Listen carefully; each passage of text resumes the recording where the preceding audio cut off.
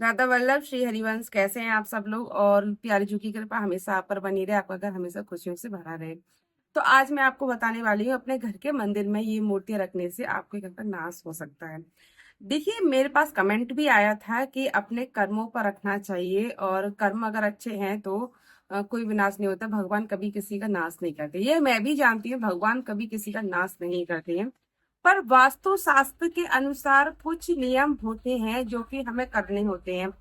क्योंकि अगर आप लोग कहते हो ना कि हमारे घर में ये अच्छा नहीं चल रहा, हमारे घर में वो अच्छा नहीं चल रहा, या फिर हमारे घर में कलेश रहती है। जब छोटी सी चीज मैं आपको बता रही हूँ, जब हम अपना मकान बनाते हैं तो मकान में वास्तु शास्त्र देखा जाता है या नहीं, कमेंट में जरूर बताना, ठीक है। वास्तु शास्त्र के अनुसार हम अपना घर बनाते हैं तो हमें अपना मंदिर किस डायरेक्शन में रखना है, या फिर हमको अपना रसोई घर है वो हमें किस डायरेक्शन में रखना है, या हमें अपना जीना जो हम सीढ़ियां वगैरह चढ़ते हैं वो हमें किस डायरेक्शन में रखना है। तो ये सब घर बनाते हैं तो हमें एक वास्तु शास्त्र के अनुसार बनाया जाता है। इसी प्रकार से हमारे घर में, घर के मंदिर में जो मूर्तियां रखी जाती हैं वो भी वास्तु शास्त्र के अनुसार ही रखी जाती हैं। बहुत सी मूर्तियां ऐसी होती हैं जो कि हमको बाहर, जैसे बाहर के मंदिरों में बड़ी बड़ी प्रतिमा लगी होती है, उनकी सेवा की जाती है। अब हम ये नहीं कह रहे कि भगवान हमारे बुरा कर सकते हैं, हमारा नाश कर सकते हैं, पर यह है कि जब हमारे घर में जिस मूर्ति की, जिस चीज की सेवा हमारे बाहर की जाती हो और उनकी सेवा हम घर में करें तो उसका हमें परिणाम हमें गलत मिलता है, उसका फल हमको नहीं मिलता, चाहे आप कितनी भी पूजा पाठ कर लेना, ठीक है। तो पहली मूर्ति है शनिदेव महाराज की। तो शनिदेव महाराज हमारे न्याय के देवता हैं। जैसा आपका कर्म होता है वैसे आपको फल देते हैं। अगर आपका कर्म अच्छा नहीं है, आपको उसी हिसाब से आपको दंड भी मिलता है और आपको फल भी मिलता है। पर यहाँ पर शनिदेव की जो प्रतिमा है, पूजा है, वो हम बाहर के मंदिरों में करते हैं।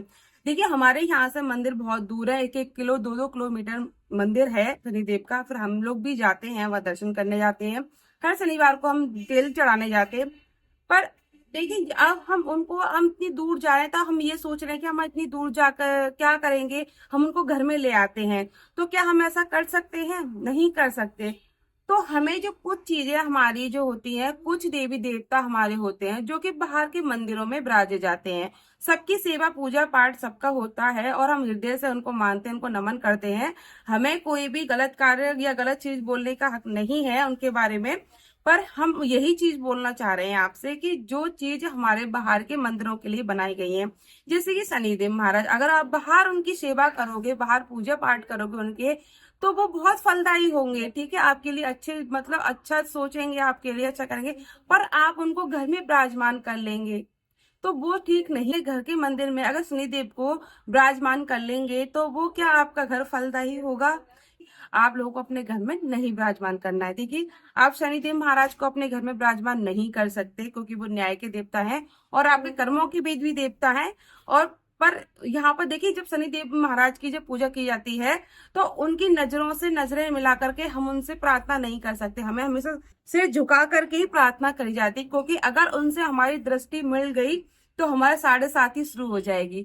ये जरूर, कभी भी अगर शनिदेव महाराज के आप दर्शन करने जाते हो तो कभी उनसे नजरें मिला करके आप कुछ मत मांगना, आप सिर झुका करके मांगना। अगर आपने उनसे अगर नजरें मिला कर, जैसे हम और देवी देवता से नजरें मिला के प्रार्थना करते हैं, पर हम शनिदेव महाराज से नजरें मिला करके प्रार्थना नहीं कर सकते, क्योंकि आप पर उनकी आप पर दृष्टि पड़ सकती है। श्रृंगार, जैसे मैं सभी प्रतिमाओं का श्रृंगार करती हूँ, ठीक है। ये टॉपिक पे वीडियो बनाना बहुत जरूरी था मेरे लिए, क्योंकि मैं यहाँ श्रृंगार करती हूँ सभी का। तो मेरे यहाँ पर ना सारे भगवान आते हैं श्रृंगार कराने के लिए, तो मैंने इस टॉपिक पे वीडियो बनाया कि क्योंकि आपको अपने मंदिर में वास्तु शास्त्र के अनुसार कौन सी प्रतिमा रखनी है और कौन सी नहीं रखनी है। तो देखिए, यहाँ पर मेरे पास नटराज महाराज भी आए थे अपना श्रृंगार कराने के लिए। तो देखिए, श्रृंगार उनको अपनी दुकान में रखने थे, बहुत सारी दुकानों में नटराज महाराज रखते हैं, अपने घरों में रखते हैं। पर देखिए, दुकान में रख सकते हैं आप, पर घर के मंदिर में नहीं रखे जाते नटराज महाराज। तो देखिए, यहाँ पर भगवान शिव के ही अवतार हैं श्री नटराज महाराज, उनकी सेवा सब लोग करते हैं। पर जो उनका अवतार है वो बहुत तांडव रूप में है, ठीक है, वो गुस्सा रूप में है उनका, नटराज वाला एक नृत्य करते हुए, जो कि नृत्य करती हुई प्रतिमा घर में सुखदायी नहीं होती है। आप अगर आपको थोड़ा बहुत भी अगर डाउट लग रहा है तो आप सर्च करके भी देख सकते हो। मैं इसीलिए बता रही थी कि आपको कौन कौन सी मूर्तियां आपको अपने घर में विराजमान नहीं करनी। फिर आपको देखो, पीपल देवता होते हैं। पीपल पीपल देवता अगर आपके घर में अगर वो पीपल देवता बाहर रहते हैं तो आप पूजन पाठ बहुत अच्छे से करते हैं ना, जाते हो पूजा करने जाते हो पीपल देवता की, हम लोग भी करते हैं, जल चढ़ाते हैं, उन पे आराधना करते हैं पीपल देवता की। पर अगर वो पीपल देवता हमारे घर में उपज आते हैं तो हमें लगता है कि अच्छे, क्योंकि घर में पीपल देवता उपजना अच्छा नहीं माना जाता, आप उनको उखाड़ भी नहीं सकते हो। तो बहुत सारी चीजें ऐसी होती हैं कि हमारे घर में ठीक नहीं होती वास्तु शास्त्र के अनुसार। आप लोग सोचते हैं कि हमारे घर में ये ठीक नहीं चल रहा, हमारे घर में आज कुछ ना कुछ होता रहता है, तो वास्तु शास्त्र कि चलो किसी को दिखाते हैं, आप किसी को दिखाओगे तो यही चीज बोला कि आपके मंदिर में क्या है। देखिए यहाँ पर मैं एक चीज बता दूं, हमारा मंदिर भी अगर सही डायरेक्शन में नहीं होता ना तो वो भी हमको गलत फल देता है। वास्तु शास्त्र के अनुसार अगर आपका मंदिर भी अगर सही डायरेक्शन में नहीं है तो वो आपको गलत फल देता ही होगा, आपको वो अच्छा फल नहीं दे सकता, चाहे आप कितनी भी पूजा करें ना, क्योंकि पूजा का अर्थ होता है हमारे भगवान तक हमारी आवाज पहुंचाना। जब तक हमारी भगवान तक हमारी आवाज ही नहीं पहुंचेगी तो उस पूजा का क्या फल मिलेगा हमको।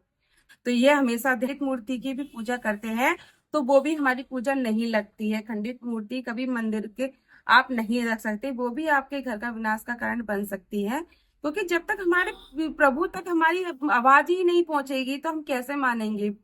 तो ये चीजें हमारे वास्तु शास्त्र के अनुसार मानी जाती हैं और ये है भी है। अगर ऐसा नहीं होता तो आप घर मकान बनवाते हो तो क्यों डायरेक्शन देखते हो, किस डायरेक्शन में हमें ये ठीक लगेगा, है ना। तो ये मंदिर का भी होता है कि आपको कौन सी प्रतिमा रखनी है, कौन सी नहीं रखनी है। फिर देखो यहाँ पर आती है हमारी काली माता। काली माता हमारी माँ है, जगत की जननी है हमारी माता। देखिए, पर जो हमारी माँ का स्वरूप है, वो जो काली माँ का स्वरूप जो है ना वो तांडव रूप में है उनका, ठीक है। बहुत जो इनका रूप है ना इतना विशाल है, इतना तेज है उस रूप में कि आप बर्दाश्त नहीं कर सकते। अगर मान लीजिए आपसे कोई अपने घर में विराजमान कर रहे हैं उनको, अगर आपसे उनकी सेवा नहीं हुई तो अगर वो नाराज हो गई तो आप क्या करोगे बताइए। क्योंकि माता काली की सेवा जो है बहुत ज्यादा कठिनाइयों से की जाती है। माता काली की सेवा आप बहुत साधारण व्यक्ति नहीं कर सकते। उनकी सेवा बहुत दिव्य सेवा है। आप नॉर्मली उनको भोग वगैरह पवा सकते हो, जो भोग भोग वगैरह लगा सकते हो, उन्हें आरती वारती कर सकते हो, इतना कर सकते हो, पर उससे ज्यादा आप सेवा नहीं कर सकते। इसीलिए काली माता की जो प्रतिमा है वो हम अपने मंदिर में विराजमान नहीं करते हैं और नहीं करनी चाहिए। काली माता की जो प्रतिमा है मंदिर में विराजमान नहीं करनी चाहिए, वो बाहर के मंदिर में विराजमान होती है, वहां पर आप कितना भी पूजा पाठ कर लेंगे, अगर आपसे गलती हो जाएगी तो अभी माता क्षमा कर देंगे। पर अगर आपके घर में अगर प्रतिमा है, अगर आपसे कोई भी अपराध हो जाता है तो माँ रुष्ट हो जाती है, क्योंकि उनका जो स्वरूप है वो गुस्से वाला है। उनका जो कुछ दिव्य मूर्ति ऐसी हैं जो कि आपको अपने घर में विराजमान नहीं करनी है। देखिए, मैं आपको साधारण व्यक्ति के साधारण रूप में मैं आपको समझाती हूँ। देखिए, दो प्लांट हैं, देखिए एक होते हैं आउटडोर और एक होते हैं इंडोर, ठीक है। एक होते हैं घर वाले और एक होते हैं बाहर वाले, ठीक है। जब हमारे बाहर वाले प्लांट को हम अपने घर में अंदर रख लेते हैं, ठीक है, बाहर वाले प्लांट को अंदर रख लेते हैं, पर उसकी वैसी जैसे हम अंदर रखते हैं वैसी उनकी देखभाल करें तो क्या वो प्लांट रह पाएगा। वो प्लांट पीला पड़ जाएगा, क्योंकि उसको बाहर की हवा लगी हुई है, उसको बाहर से वातावरण मिलता है, बाहर से उसको नेचर से मिलता है खान पान, तो वो रह ही नहीं पाएगा, वो पीला पड़ जाएगा और वो मर जाएगा। प्लांट होता है जैसे कि हमारा घर का प्लांट होता है जो हमारे अंदर रखा जाता है, जिसमें पानी की या ज्यादा रोशनी की जरूरत नहीं पड़ती उसको।